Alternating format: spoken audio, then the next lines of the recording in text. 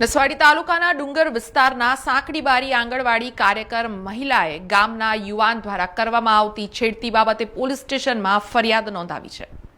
નસવાડી તાલુકાના ડુંગર વિસ્તારમાં આવેલ સાંકડીબારી ગામનો મના ડુંગરા ભીલ અવારનવાર આંગણવાડી કાર્યકર મહિલાને હેરાન પરેશાન કરતો હતો, જેથી મહિલાએ નસવાડી પોલીસ સ્ટેશનમાં ફરિયાદ નોંધાવી છે। તો બીજી બાજુ છેડતીના જેના પર આક્ષેપ થયા છે તે મના ડુંગરા ભીલે જણાવ્યું હતું કે સાંકડીબારી ગામે આંગણવાડીમાં બાળકોને સુવિધા મળતી નહીં હોય તે બાબતે આવેદનપત્ર આપી અરજીઓ કરી હતી, જેથી આંગણવાડી કાર્યકર મહિલાએ ખોટી રીતે ફરિયાદ નોંધાવી છે। જોકે પોલીસે ફરિયાદના આધારે કાયદેસરની કાર્યવાહી હાથ ધરી છે।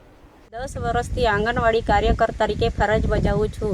વારંવાર આંગણવાડી પર આવીને મને પ્રયત્ન કરતો તો છેડતી કરવાનો, મને ધમકી આપતો હતો કે રાજીનામું આપી દે, તારું આંદોલન કરીશ એમ કહેતો હતો। 1 વર્ષથી છેલ્લું મારું 1 વર્ષ થાય છે। મને આ અરજી પર અરજી કરી, 13 અરજી કરી, એટલું બધું મેં સહન શક્તિ કરી, ત્યાં સુધી અત્યારે મેં પોલીસ સ્ટેશને જઈને અરજી આપી છે મનાભાઈ પાડવીની।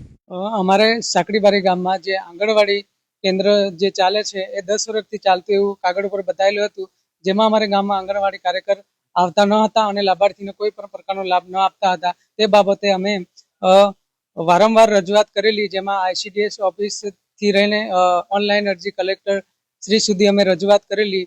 તેની અદાવત રાખીને આ બેને મારી પર ખોટી છેડતીની ફરિયાદ કરેલી છે, જે ખરેખર દુઃખની બાબત છે। આવે જે કોઈ યુવાન આવો કંઈક ખોટું થતું હોય ત્યાં અવાજ ઉઠાવે છે, ત્યારે આવી રીતે ખોટી રીતે FIR દાખલ કરી અને દબાવવાનો પ્રયત્ન કરી રહ્યા છે। સમાચારોના સતત અપડેટ માટે TNN ન્યૂઝને YouTube પર સબસ્ક્રાઇબ કરી બેલ આઇકોન પ્રેસ કરો અને અમારી સાથે જોડાયેલા રહો Facebook, Instagram અને Twitter ઉપર।